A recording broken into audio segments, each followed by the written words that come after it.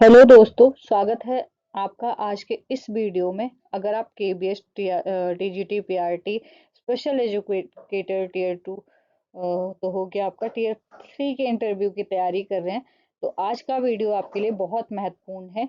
आज हम ऐसे पेडागोजी की और चाइल्ड साइकोलॉजी के कॉन्सेप्ट डिस्कस करेंगे जो इंटरव्यू में सबसे ज़्यादा पूछे जाते हैं। तो चलिए बिना देरी के शुरू करते हैं।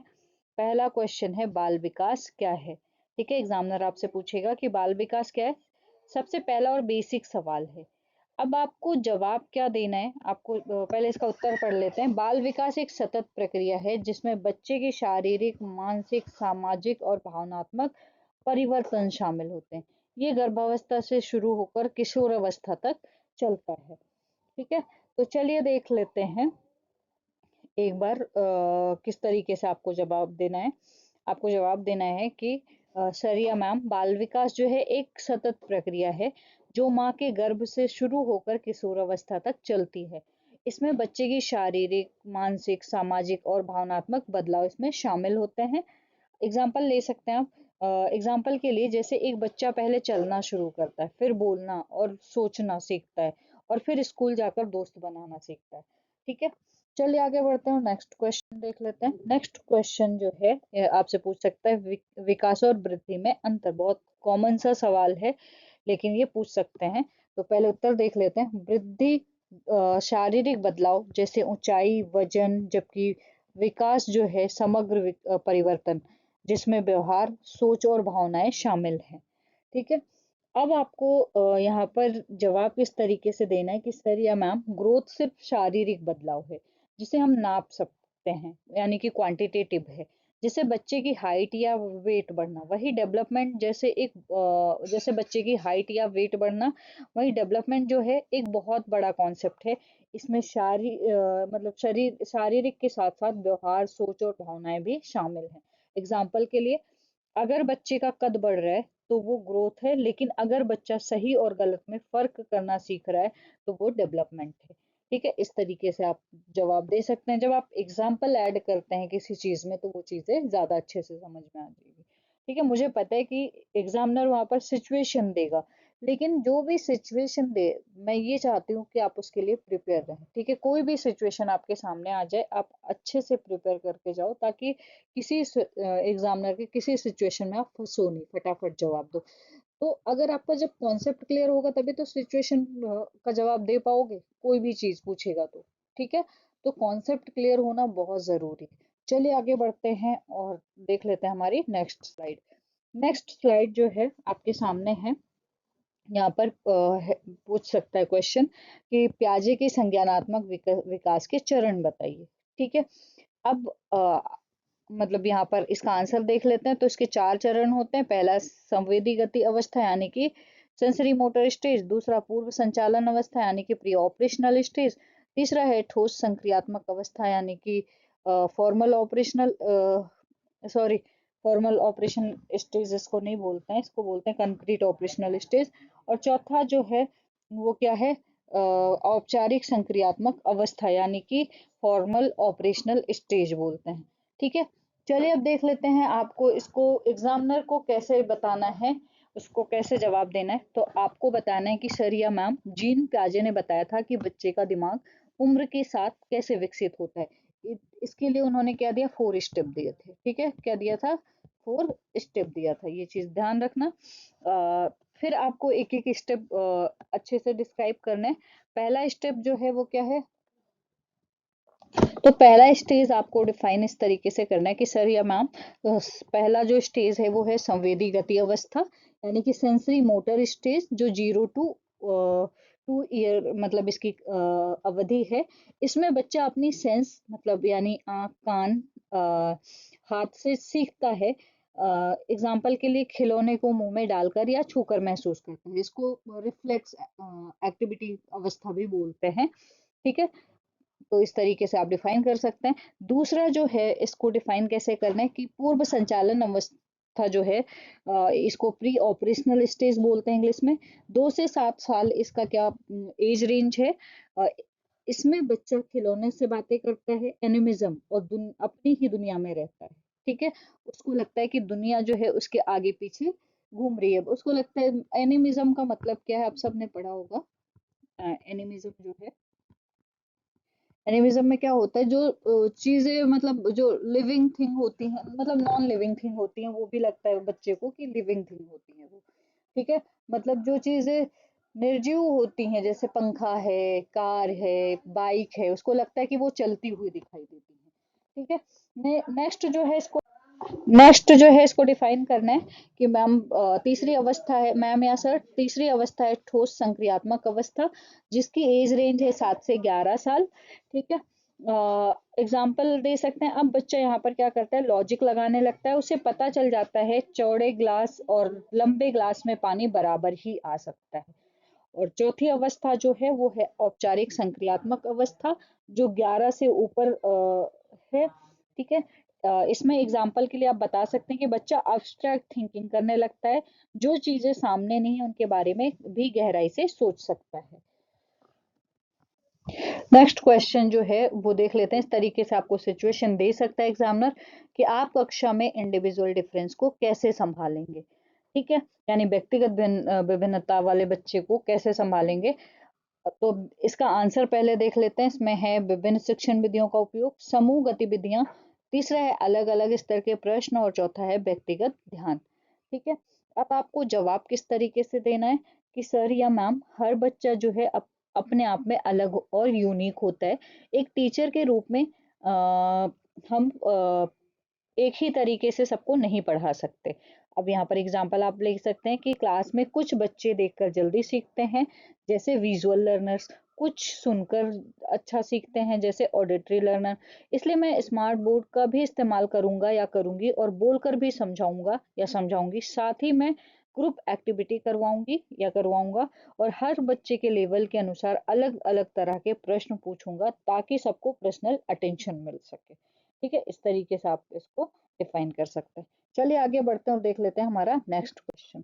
नेक्स्ट क्वेश्चन जो है, मोटिवेशन क्या है, आप इसे कैसे बढ़ाएंगे, ये भी सिचुएशन बन सकती है। तो अब यहाँ पर आपको आंसर देना है कि पहले इसका आंसर देख लेते हैं। मोटिवेशन वो आंतरिक बाहरी शक्ति है जो सीखने के लिए प्रेरित करती है।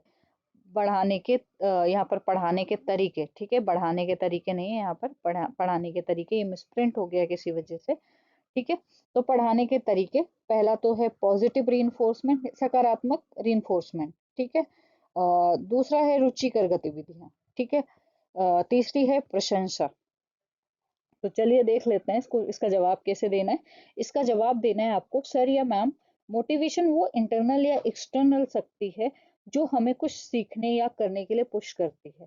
इसे बढ़ाने के लिए हम पॉजिटिव रीइंफोर्समेंट दे सकते हैं, क्लास में इंटरेस्टिंग गतिविधि करा सकते हैं, और बच्चे की प्राइज कर सकते हैं, मतलब बच्चे की प्रशंसा कर सकते हैं। एग्जाम्पल के लिए, अगर किसी बच्चे को मैथ से डर लगता है, तो मैं उसे आसान सवाल देकर शुरुआत करूंगा। जब वो सही जवाब देगा तो मैं पूरी क्लास के सामने उसे स्टार या वेरी गुड दूंगा, मतलब प्राइज, और इससे उसका मोटिवेशन जो है वो बढ़ेगा। इस तरीके से आप जवाब दे सकते हैं। चलिए आगे बढ़ते हैं और हमारा नेक्स्ट क्वेश्चन देख लेते हैं। नेक्स्ट सिचुएशन है सिंपल सा, लर्निंग डिसेबिलिटी क्या है। ठीक है, अब यहाँ पर जो लिखा है उसको देख लेते हैं। लर्निंग डिसेबिलिटी वो स्थिति है जिसमें बच्चा सामान्य बुद्धि होने के बावजूद पढ़ने, लिखने या गणना में कठिनाई अनुभव करता है। ठीक है, अब आपको इसका जवाब कैसे देना है, तो इसका जवाब देना है कि सीखने की अक्षमता, मतलब या ऐसे बोल सकते हैं कि सर मैम, लर्निंग डिसेबिलिटी वो कंडीशन है जिसमें बच्चे का आईक्यू एकदम सामान्य होता है, लेकिन फिर भी उससे पढ़ने, लिखने या कैलकुलेशन करने में दिक्कत आती है।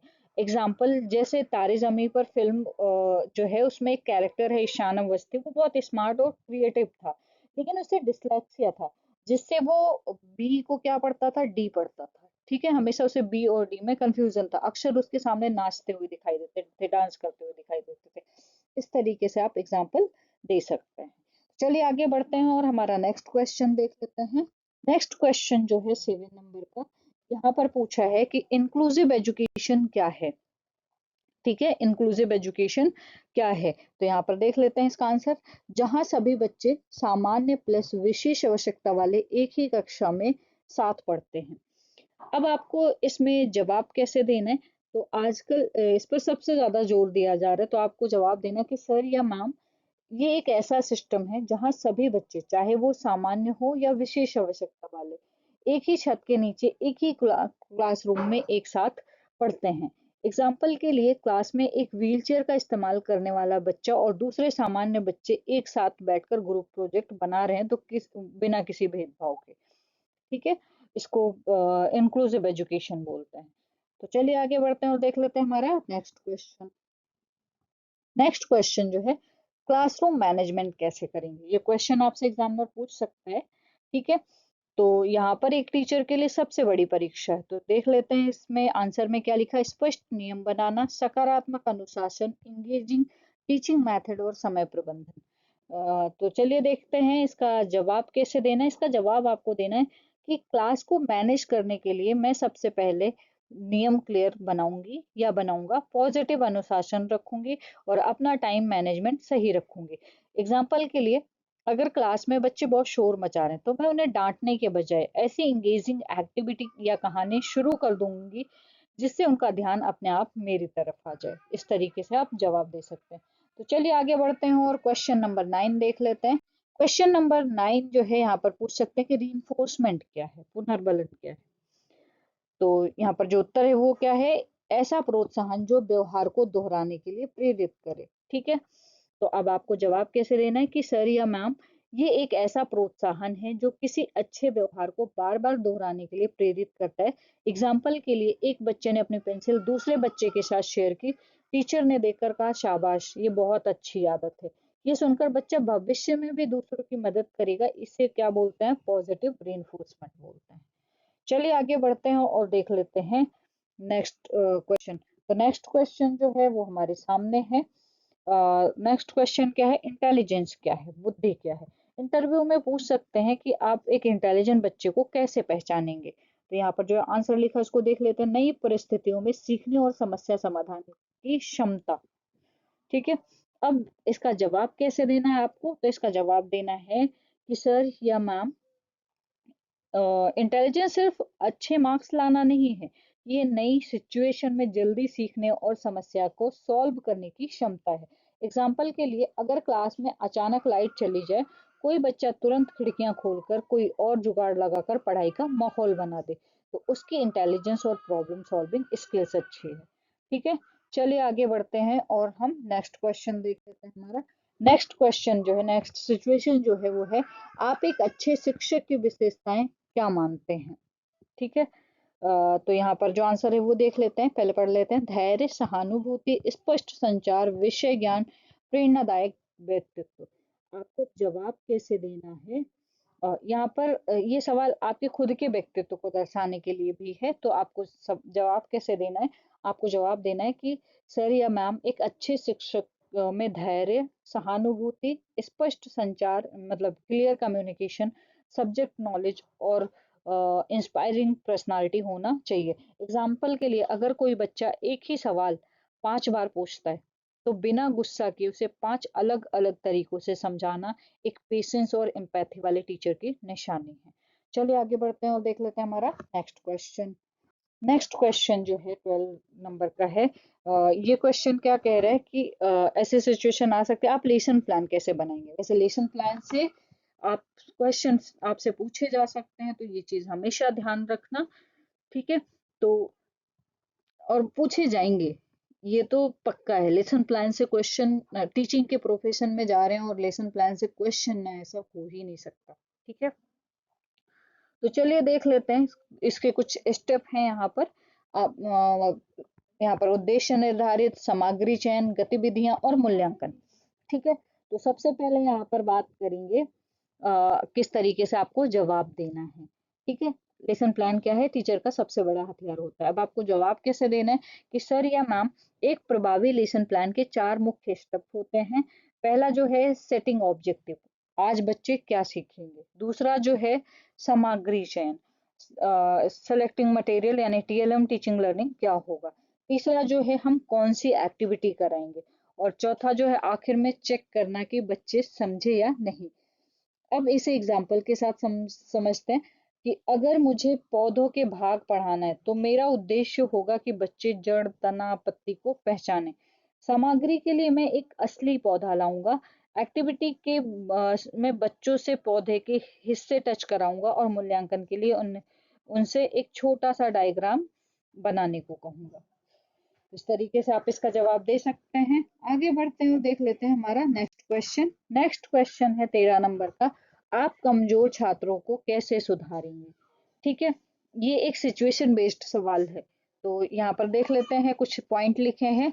पहला है रेमेडियल टीचिंग, दूसरा है व्यक्तिगत ध्यान, तीसरा है सरल भाषा में समझाना, चौथा है प्रैक्टिस करवाना। अब आपको जवाब कैसे देना है? सबसे पहले मैं तो उन्हें कमजोर नहीं बल्कि स्लो लर्नर मानूंगा। मैं उनके लिए रेमेडियल टीचिंग का इस्तेमाल करूंगा या करूंगी। उन्हें व्यक्तिगत ध्यान दूंगी या दूंगा। कॉन्सेप्ट को बहुत ही सरल में भाषा में समझाऊंगा। ज्यादा से ज्यादा प्रैक्टिस करवाऊंगा। और एग्जाम्पल के लिए मैं फॉर एग्जाम्पल मैं ये पता लगाऊंगा कि बच्चे को कहाँ दिक्कत आ रही है। अगर उसे मैथ्स में प्रॉब्लम है तो मैं किताबी फॉर्मूलों के बजाय उसे टॉफी या कंचों का उदाहरण देकर जोड़ना घटाना सिखाऊंगा, ये सिखाऊंगी। इस तरीके से आप जवाब दे सकते हैं। चलिए आगे बढ़ते हैं और हमारा नेक्स्ट क्वेश्चन देख लेते हैं। तो नेक्स्ट क्वेश्चन जो है 14 नंबर का, आईसीटी का उपयोग कैसे करेंगे? ठीक है, आज के डिजिटल दौर में ये बहुत जरूरी है, तो इसलिए इसको ध्यान देना। अब इसमें कुछ चीजें लिखी है, स्मार्ट बोर्ड, वीडियो और ऑनलाइन क्विज। अब आपको जवाब कैसे देना है कि मैं अपनी क्लास को, सर या मैम, मैं अपनी क्लास को इंटरेक्टिव बनाने के लिए स्मार्ट बोर्ड, एजुकेशनल वीडियो और ऑनलाइन क्विज का इस्तेमाल करूंगा या करूंगी। एग्जाम्पल के लिए सोलर सिस्टम पढ़ाते समय सिर्फ ब्लैक बोर्ड पर चित्र बनाने के बजाय मैं स्मार्ट बोर्ड पर 3D वीडियो दिखाऊंगा ताकि बच्चे ग्रहों को देखते हुए मतलब घूमते हुए देख सकें। चैप्टर खत्म होने पर कहूट या गूगल फॉर्म पर एक मजेदार क्विज लूंगा। ठीक है, इस तरीके से आप उन्हें बता सकते हैं। चलिए आगे बढ़ते हैं और देख लेते हैं हमारा नेक्स्ट क्वेश्चन। नेक्स्ट क्वेश्चन है कंटिन्यूअस असेसमेंट क्या है? ठीक है, अब यहाँ पर जो आंसर लिखा है उसको देख लेते हैं। छात्रों का निरंतर मूल्यांकन, टेस्ट एक्टिविटीज, ऑब्जर्वेशन। ठीक है, आपको जवाब कैसे देना है? सर या मैम, ये बच्चों का सिर्फ साल के अंत में होने वाला एग्जाम में से जज करने का तरीका नहीं है।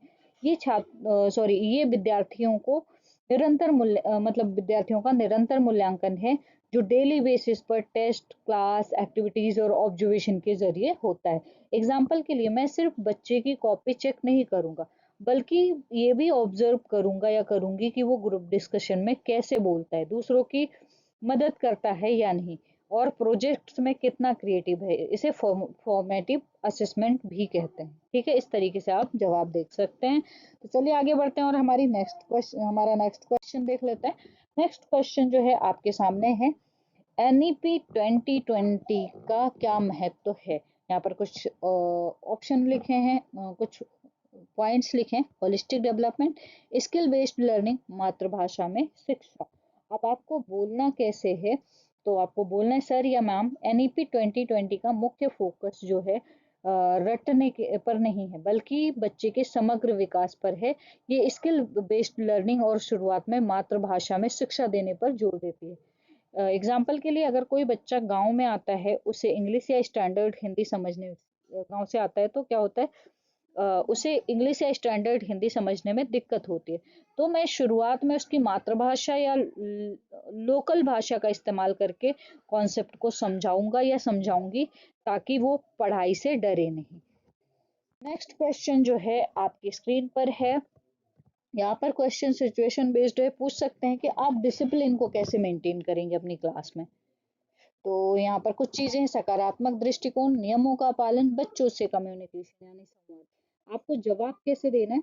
सर या मैम, मैं डंडे का इस्तेमाल बिल्कुल नहीं करूंगी या करूंगा। मैं एक सकारात्मक दृष्टिकोण अपनाऊंगी, क्लास में के कुछ स्पष्ट नियम बनाऊंगी, बच्चे के साथ लगातार कम्युनिकेशन करूंगी। एग्जाम्पल के लिए अगर बच्चा क्लास में बहुत शैतानी कर रहा है, तो मैं उसे सबके सामने डांटने के बजाय अकेले में बात करूंगी, ये जानने की कोशिश करूंगी कि उसकी परेशानी क्या है।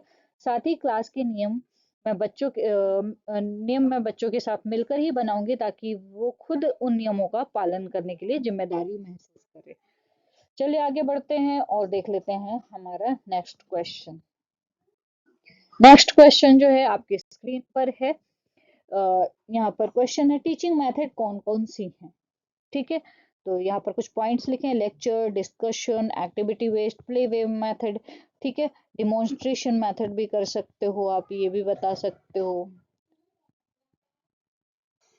मेथड बहुत सारे हैं। ठीक है, तो चलिए देख लेते हैं। इसको जवाब कैसे देना है। आपको जवाब देना है कि एक अच्छा टीचर, सर मैम, एक अच्छा टीचर कभी भी सिर्फ एक तरीके से नहीं पढ़ाता, बल्कि उसकी कुछ मुख्य विधियां होती हैं। Lecture method, discussion method, activity based, playway method, demonstration method, इन सभी चीज़ों का उपयोग करता है। अगर मैं प्राइमरी के बच्चों को पढ़ा रही हूँ या पढ़ा रहा हूँ तो प्लेवे मेथड सबसे अच्छा है। जैसे पोयम गाकर सिखाना, वही टीजीटी के बच्चों के लिए मैं एक्टिविटी या डिस्कशन का इस्तेमाल करूंगा या करूंगी। जैसे लोकतंत्र पढ़ाने के लिए क्लास में ही एक छोटा चुनाव करवा लेना। तो चलिए आगे बढ़ते हैं और हमारा नेक्स्ट क्वेश्चन देख लेते हैं। नेक्स्ट क्वेश्चन है, ब्लूम्स टेक्सोनॉमी क्या है। ये पेडागोजी का बहुत ही इंपॉर्टेंट टॉपिक है। ठीक है, ध्यान रखना। तो इसमें कुछ चीजें, लर्निंग के स्तर जो है, remember, understand, apply, analyse, evaluate और क्रिएट। अब आपको जवाब किस तरीके से देना है। सर मैम, ब्लूम्स टेक्सोनॉमी बच्चों के लर्निंग के स्तर का नीचे से ऊपर की तरफ दर्शाती है। ठीक है, इस तरीके से जवाब देना है। इसके 6 स्टेप होते हैं। पहला रिमेम्बर यानी कि याद करना, दूसरा अंडरस्टैंड यानी कि समझना, तीसरा अप्लाई यानी कि लागू करना, चौथा एनालाइज यानी कि विश्लेषण करना, पांचवा जो है इवेल्युएट यानी मूल्यांकन करना, छठा जो है क्रिएट यानी कि निर्माण करना। एग्जाम्पल से आप समझा सकते हैं। जैसे वाटर साइकिल पढ़ाते समय बच्चे को परिभाषा याद करना है, अपनी भाषा में समझना है, गीले कपड़े क्यों सूखते हैं ये बताना है, और अंत में खुद से एक वर्किंग मॉडल बनाना है। सबसे ऊंचा स्तर है। ठीक है, इस तरीके से आप इनको डिफाइन कर सकते हैं। चलिए आगे बढ़ते हैं और नेक्स्ट क्वेश्चन देख लेते हैं। नेक्स्ट क्वेश्चन है, आप क्रिएटिविटी कैसे बढ़ाएंगे। ठीक है, नेक्स्ट क्वेश्चन क्या है, आप क्रिएटिविटी कैसे बढ़ाएंगे। अब यहाँ पर कुछ चीजें हैं, open ended question, project method, art and activity. आपको जवाब किस तरीके से देना है वो देख लेते हैं। तो आपको जवाब देना है, सर या मैम, मैं बच्चे को रटने से दूर ले जाऊंगा। उसके लिए मैं ओपन एंडेड क्वेश्चन बनाऊंगा जिनके कई जवाब हो सकते हैं। पूछूंगा उन्हें, मजेदार प्रोजेक्ट्स दूंगा या दूंगी, आर्ट्स एंड क्राफ्ट एक्टिविटीज करवाऊंगी या करवाऊंगा। एग्जाम्पल के लिए मैं ये पूछने के बजाय कि भारत की राजधानी क्या है, उनसे एक ओपन एंडेड सवाल पूछूंगा कि अगर एक दिन के लिए प्रधानमंत्री बन जाए तो देश में क्या क्या 3 बदलाव करेंगे। इससे बच्चे आउट ऑफ द बॉक्स सोचेंगे। ठीक है, चलिए आगे बढ़ते हैं और हमारा नेक्स्ट क्वेश्चन देख लेते हैं। नेक्स्ट क्वेश्चन जो है हमारी स्क्रीन पर है, यदि बच्चा क्लास में ध्यान नहीं देता तो क्या करेंगे। यहाँ पर क्वेश्चन क्या है, यदि बच्चा क्लास में ध्यान नहीं देता तो क्या करेंगे। अब यहाँ पर कुछ चीजें लिखी हैं, कारण पता करेंगे, रुचिकर गतिविधियां देंगे, व्यक्तिगत बातचीत करेंगे। ठीक है, अब आपको जवाब कैसे देना है। तो आपको जवाब देना है, अ, सर या मैम, सबसे पहले तो मैं बच्चे को डांटूंगी नहीं या डांटूंगा नहीं, मैं कारण पता करूंगा, फिर अपनी पढ़ाई में रुचिकर गतिविधियां जोड़ूंगा, बच्चे से व्यक्तिगत बातचीत करूंगा। एग्जाम्पल के लिए हो सकता है कि बच्चे की आंखों में दिक्कत हो, उसे ब्लैक बोर्ड ना दिख रहा हो, या वो बिना नाश्ता किए स्कूल मतलब आया हो। मैं अकेले में उससे बात करके असली कारण जानूंगा या जानूंगी, उसी के अनुसार अपनी टीचिंग को ज्यादा विजुअल और इंटरेक्टिव बनाऊंगे। ठीक है, इस तरीके से आप जवाब दे सकते हैं। चलिए आगे बढ़ते हैं और देख लेते हैं हमारा नेक्स्ट क्वेश्चन। तो नेक्स्ट क्वेश्चन जो है हमारी स्क्रीन पर है, 22 नंबर क्वेश्चन है। यहाँ से क्वेश्चन पूछ सकते हैं, अगर छात्र अनुशासनहीन हो तो। अब आपको यहाँ पे किस तरीके से समझाना है कि सर या मैम, यहाँ पर कुछ चीजें हैं, समझाइश, सकारात्मक रीइंफोर्समेंट और पेरेंट्स से चर्चा। तो चलिए देख लेते हैं। तो सबसे पहले आपको जवाब देना है कि एक स्पेशल एजुकेटर होने के नाते या टीचर होने के नाते मेरा काम सजा देना नहीं है, सुधारना है। मैं समझाइश यानी कि काउंसलिंग, समझा इसका मतलब क्या है? यहाँ पर काउंसलिंग है। ठीक है, यहाँ पर थोड़ा कभी कभी हो जाते हैं वर्ड। ठीक है, काउंसलिंग का सहारा लूंगा या लूंगी, पॉजिटिव रीइंफोर्समेंट दूंगी, अगर जरूरी हुआ तो पेरेंट्स से चर्चा भी करूंगी। अगर कोई बच्चा, एग्जाम्पल के लिए, अगर कोई बच्चा क्लास में लड़ाई करता है तो मैं सबके सामने शर्मिंदा करने के बजाय अकेले में समझाऊंगा या समझाऊंगी। जब वो क्लास में कुछ अच्छा करेगा तो मैं उसकी तारीफ करूंगी या करूंगा ताकि उसका व्यवहार बदले। नेक्स्ट क्वेश्चन है 23 नंबर का। 23 नंबर का जो क्वेश्चन है वो देख लेते हैं। पेरेंट्स से कम्युनिकेशन कैसे करेंगे? ठीक है, तो यहाँ पर कुछ चीजें, PTM, parents teacher meeting, feedback और रेगुलर अपडेट्स। तो देख लेते हैं इसका जवाब कैसे देना है। आपको जवाब देना है, सर या मैम, पेरेंट्स बच्चे की शिक्षा से हमारे शिक्षा में हमारे पार्टनर्स होते हैं। पीटीएम के जरिए रेगुलर फीडबैक और डायरी या व्हाट्सएप के ग्रुप के माध्यम से अपडेट देकर कम्युनिकेशन जो है वो मजबूत रखूंगा या रखूंगी। एग्जाम्पल के लिए, मैं पेरेंट्स को सिर्फ शिकायत करने के लिए नहीं बुलाऊंगा। अगर बच्चे ने किसी दिन क्लास में किसी की मदद की है, अच्छा प्रोजेक्ट बनाया है, तो मैं पेरेंट्स को गुड न्यूज़ भी दूंगी या दूंगा। उसकी इससे उनका टीचर मतलब मुझ पर और स्कूल पर भरोसा बढ़ेगा। चलिए आगे बढ़ते हैं और नेक्स्ट क्वेश्चन देख लेते हैं। नेक्स्ट क्वेश्चन है, मल्टी ग्रेड क्लासरूम कैसे संभालेंगे? ठीक है, मल्टी ग्रेड क्लासरूम कैसे संभालेंगे? देखिए, केबीएस में कई बार ऐसा होता है कि दो अलग अलग क्लास के बच्चे एक साथ बैठे होते हैं। ठीक है, तो इसमें कुछ लाइनें लिखी है, समूह कार्य, अलग अलग एक्टिविटीज, पीयर लर्निंग। चलिए अब देख लेते हैं कि आपको जवाब कैसे देना है। आपको जवाब देना है बिल्कुल पेशेंस के साथ। इसे सर या मैम, इसे संभालने के लिए मैं समूह कार्य करवाऊंगा या करवाऊंगी, अलग लेवल की एक्टिविटी डिजाइन करूंगा, पीयर लर्निंग को बढ़ावा दूंगा। एग्जाम्पल के लिए, मैं एक बड़ी क्लास के समझदार बच्चे को छोटी क्लास के बच्चे के साथ बिठा दूंगा या दूंगी, ताकि वो उसे पढ़ाने में मदद कर सके, यानी पीयर लर्निंग करवाए। ये इसी बीच मैं दूसरे ग्रुप को कोई क्रिएटिव टास्क देकर पूरी क्लास को एक साथ बिजी रखूंगा। ठीक है, इस तरीके से आप जवाब दे सकते हैं। तो चलिए देखते हैं हमारी नेक्स्ट स्लाइड और नेक्स्ट क्वेश्चन। नेक्स्ट क्वेश्चन जो है आपकी स्क्रीन पर है। क्वेश्चन है, स्लो लर्नर को कैसे पढ़ाएंगे? ठीक है, तो यहाँ पर कुछ चीजें, सरल तरीके, रिपीटिशन और एक्स्ट्रा प्रैक्टिस। अब आपको जवाब किस तरीके से देना है? सर या मैम, मैं उनके लिए बहुत ही सरल तरीके अपनाऊंगा, कॉन्सेप्ट का बार बार रिपीटिशन करूंगा और उन्हें एक्स्ट्रा प्रैक्टिस दूंगा, बिना उन्हें ये महसूस कराए कि वो दूसरों से पीछे हैं। एग्जाम्पल के लिए, मैं अगर मल्टीप्लिकेशन सिखा रहा हूँ और बच्चा नहीं समझ पा रहा है, तो मैं सीधा पहाड़े रटाने के बजाय राजमा के दाने या कंचों का इस्तेमाल करके उन्हें प्रैक्टिकली जोड़ना सिखाऊंगा। इसके लिए बहुत पेशेंस की जरूरत होती है। ठीक है, मैं वो यूज करूंगा। चलिए आगे बढ़ते हैं और हमारा नेक्स्ट क्वेश्चन देख लेते हैं। तो नेक्स्ट क्वेश्चन है 26। अब यहाँ पर है, आप इंक्लूसिव क्लासरूम में क्या स्ट्रेटेजी अपनाएंगे? ठीक है, आप इंक्लूसिव क्लासरूम में क्या स्ट्रेटेजी अपनाएंगे? तो ये स्पेशल एजुकेटर और रेगुलर टीचर दोनों के लिए एक मस्ट नोन सवाल है। तो यहाँ पर कुछ चीजें हैं, डिफरेंशिएटेड इंस्ट्रक्शन, असिस्टिव टूल्स और पीयर सपोर्ट। ठीक है, तो चलिए देख लेते हैं इसका जवाब आपको कैसे देना है। इसका जवाब आपको देना है कि सर या मैम, एक इंक्लूसिव क्लास में हर तरह के बच्चे होते हैं, इसलिए मैं डिफरेंशिएटेड इंस्ट्रक्शन, मतलब सबसे सबके स्तर के अनुसार अलग अलग तरीके से पढ़ाना, असिस्टिव टूल्स का उपयोग करूंगा या करूंगी, और पीयर सपोर्ट को बढ़ावा दूंगी। एग्जाम्पल के लिए, अगर क्लास में कोई बच्चा हियरिंग इम्पेयर्ड है तो मैं बोलते समय अपने होठों को स्पष्ट रखूंगा और विजुअल चार्ट्स का ज्यादा इस्तेमाल करूंगा। साथ ही मैं उसे क्लास के किसी ऐसे समझदार बच्चे के साथ बिठाऊंगा जो नोट्स लिखने में मदद कर सके, यानी पीयर सपोर्ट दूंगा या दूंगी। इस तरीके से आप उसे समझा सकते हैं, मतलब एग्जामिनर को बोल सकते हैं। तो चलिए देख लेते हैं हमारा नेक्स्ट क्वेश्चन। नेक्स्ट क्वेश्चन जो है, नेक्स्ट क्वेश्चन है, वैल्यू एजुकेशन क्यों जरूरी है? ठीक है, इंटरव्यूअर इस सवाल से आपका नजरिया चेक करना चाहते हैं। तो यहाँ पर आपको कैसे जवाब देना, यहाँ पर कुछ लाइन लिखी है, एक लाइन लिखी है, उसको देख लेते हैं। ये बच्चों को अच्छे नागरिक बनाने में मदद करता है। अब आपको जवाब कैसे देना है?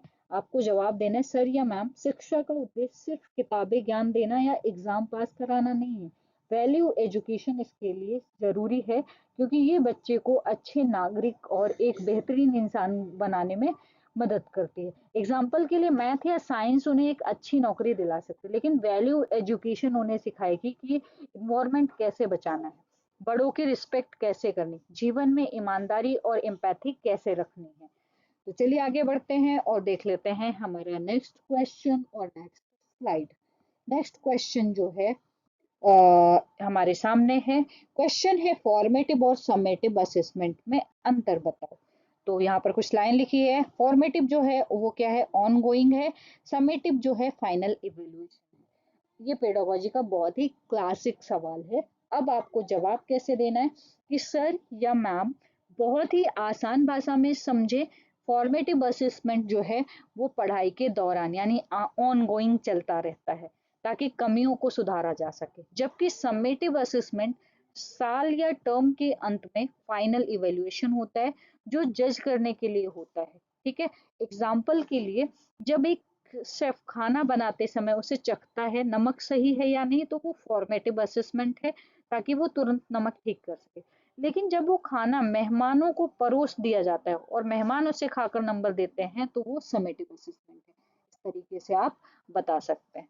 ठीक है, चलिए देख लेते हैं हमारा नेक्स्ट क्वेश्चन। तो नेक्स्ट क्वेश्चन जो है हमारे सामने स्क्रीन पर है, स्टूडेंट सेंटर्ड टीचिंग क्या है। आजकल NEP 2020 भी इसी पर सबसे ज्यादा जोर दे रही है। तो यहाँ पर उत्तर जो है वो देख लेते हैं, जहां फोकस टीचर पर नहीं बल्कि स्टूडेंट पर होता है। तो चलिए देख लेते हैं इसका जवाब आप कैसे देंगे। जवाब देना है कि सर या मैम ये तो क्लासरूम है, ये वो क्लासरूम है जहाँ फोकस जो है टीचर या सिलेबस पर नहीं बल्कि स्टूडेंट की जरूरतों, उनके इंटरेस्ट और उनकी सीखने की गति पर होता है। टीचर यहाँ पर क्या है, एक फैसिलिटेटर है। ठीक है, सुविधादाता है। एग्जाम्पल के लिए टीचर क्लास में आकर सिर्फ ब्लैक बोर्ड पर लिख कर चला जाए तो वो टीचर सेंटर्ड है। लेकिन अगर टीचर बच्चों से पूछे कि आज इस टॉपिक को किसी कहानी से सीखना चाहेंगे या कोई एक्टिविटी करेंगे और बच्चे को पूरी तरह इन्वॉल्व करे, वो असली स्टूडेंट सेंटर टीचिंग है। चलिए आगे बढ़ते हैं और देख लेते हैं हमारा नेक्स्ट एंड लास्ट क्वेश्चन और लास्ट स्लाइड। तो नेक्स्ट क्वेश्चन जो है, नेक्स्ट और लास्ट हमारे सामने है। और यहाँ पर क्वेश्चन जो है, आप अपने टीचिंग को इफेक्टिव कैसे बनाएंगे। कुछ यहाँ पर लाइनें लिखी हैं, इंटरेक्टिव मेथड, फीडबैक लेना, कंटिन्यूअस इम्प्रूवमेंट। अब आपको ये सवाल जो है आपके खुद के डेवलपमेंट के बारे में है। तो अब आपको जवाब कैसे देना है वो देख लेते हैं। तो आपको जवाब देना है, सर या मैम अपनी टीचिंग को असरदार बनाने के लिए मैं इंटरेक्टिव मेथड अपनाऊंगा या अपनाऊंगी, जैसे डिस्कशन या क्विज, बच्चों में रेगुलर फीडबैक लूंगी और खुद कंटिन्यूअस डेवलपमेंट करता रहूंगा या करती रहूंगी। एग्जाम्पल के लिए चैप्टर खत्म होने के बाद मैं बच्चों से पूछूंगी कि क्या आज का टॉपिक मजेदार लगा या कल हम इसे किसी और तरीके से सीखें। अगर मुझे लगेगा मेरा कोई तरीका काम नहीं कर रहा है तो मैं अपनी स्ट्रेटेजी बदलूंगी, क्योंकि एक अच्छे टीचर को हमेशा एक अच्छा लर्नर भी होना चाहिए। इस तरीके से आप जवाब दे सकते हैं। तो दोस्तों यहाँ पूरी होती है हमारी KBS TGT PRT special educator tier 3 interview की ये शानदार सीरीज। हमने कुल 30 बहुत ही महत्वपूर्ण पेडागोजी और सिचुएशन बेस्ड सवालों को कवर किया।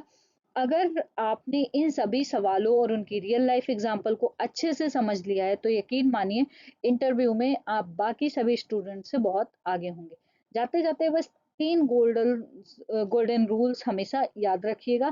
पहला जो है confidence and smile. Interview board आपका किताबी ज्ञान रिटर्न एग्जाम में चेक कर चुका है, अब वो सिर्फ आपका कॉन्फिडेंस और बच्चों के प्रति पॉजिटिव नजरिया देखना चाहता है। चेहरे पर एक हल्की सी स्माइल जरूर रखें। दूसरा जो है चाइल्ड सेंटर्ड अप्रोच। ठीक है, आपका हर जवाब इस बात पर फोकस होना चाहिए कि बच्चे की भलाई किस में है। बच्चे को कभी गलत नहीं ठहराना, बल्कि अपने पढ़ाने के तरीके में सुधार करना है। ठीक है, ये चीज हमेशा ध्यान रखना। तीसरा जो है एग्जाम्पल का यूज। रटे रटे रटाए जवाब देने के बजाय हमेशा क्लासरूम के प्रैक्टिकल एग्जाम्पल दें, जैसा कि हमने इन सभी वीडियोज में सीखा। तो अगर इस सीरीज ने आपके इंटरव्यू की तैयारी में थोड़ी सी भी वैल्यू ऐड की है तो प्लीज इस वीडियो को लाइक जरूर करें। अपने उन सभी दोस्तों के साथ शेयर करें जो केबीएस की तैयारी कर रहे हैं। अगर आपके मन में कोई भी डाउट है या आप किसी खास सिचुएशन पर मेरा जवाब जानना चाहते हैं तो मुझे कमेंट्स में लिखकर ज़रूर बताएं। मैं हर कमेंट्स का रिप्लाई ज़रूर करूंगी।